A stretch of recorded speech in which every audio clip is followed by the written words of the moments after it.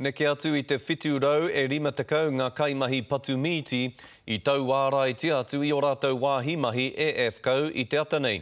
Ko te take, ko te whatitiri e papa ana I Wainganui I ngā kaiwhakahaere me ngā kaimahi. Koenei anake nā tatau kei te puare ake mō e nei kaimahi patumiti. Te kupu o ngā mātua tipuna kia u, kia kotahi rā. Ko reo maraku tētahi o ngā kaimahi wharepatu whiturau 50, ko rakaina ki waho tonu I o rātou wāhi mahi e EFCO I te ata nei. Te noho tahi I runga ki ngā take, kei runga o te tepu, te kawanata. Ki te oranga mō tātou, te oranga tinana, te oranga hinengaro, me te oranga wairua. O ngā tamariki me ngā mokopuna I roto, I waho o te motu katoa. I nā pō e ngana ngā taha e rua ki te whakatau I tēnei take, engari, auare ake. Ko nā kaimahi me o rātou whānau kai ngā wharepatu e rima te mutuna mai.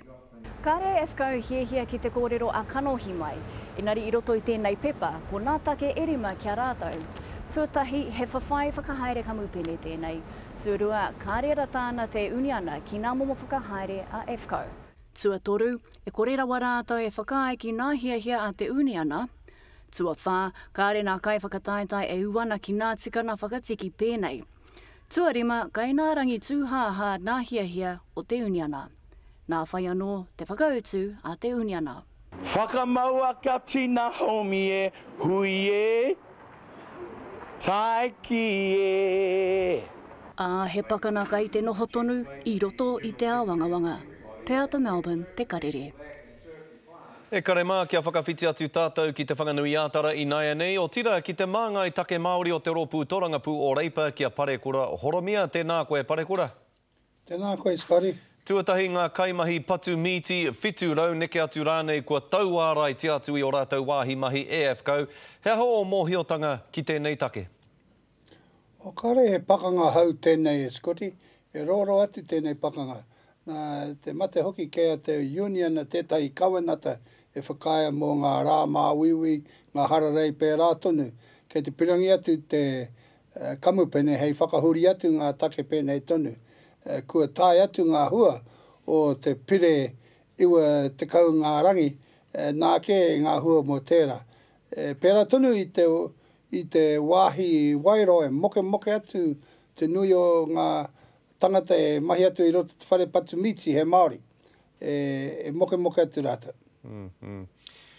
Parekura I tēnei wānei kei te rarunga kai patumiti, kei te poro tū tonu ngā kaimahi wahapū, engari arā te kāwanatanga e ki ake ana ki te hunga whai taku he kore mahi arā ki te hunga whai penehana kore mahi, kia kimi hia he mahi, engari te ahua nei, kāre he mahi hei kimi? O tēra no te mahi rori e Scotty, e rongatu tātou ki te wero o te Minita Bennett mō ngā tangata I runga te penihana, haere atu I te rapu mahi. E mohi atu tātou te nui o ngā manohi Māori e peka ana ki te whenua te moe a, me rātou o te rangatahi kei te moke haere, kāre mahi I reira. Kei te pakaru haere te kōrero o te kāwana mō te ahu o te mahi. Take tuatoru Parekura, he pēheo whakaaro e pāna ki te take mo te tangata taihara koere I karo I ngā whakamātautau a tēnā tari kāwanatanga, a tēnā tari kāwanatanga, kia whakaako tonu ai ki roto I o tātou kura? O kea rātou te tari o te ture, me te tari o ngā pirihimana me rātou o te tari mātauranga, kea rātou te ngā ingoa mo ngā tangata e mahi atu te mahi paru nei. Hea ai e tai atu tangata nei I roto e kāre e putana tonu iunga.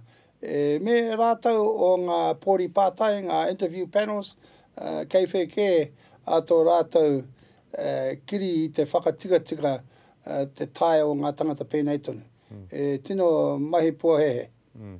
Kia ora rawa atu koe Parekura, pai tonu te kororo ki a koe. Kia ora, Jim.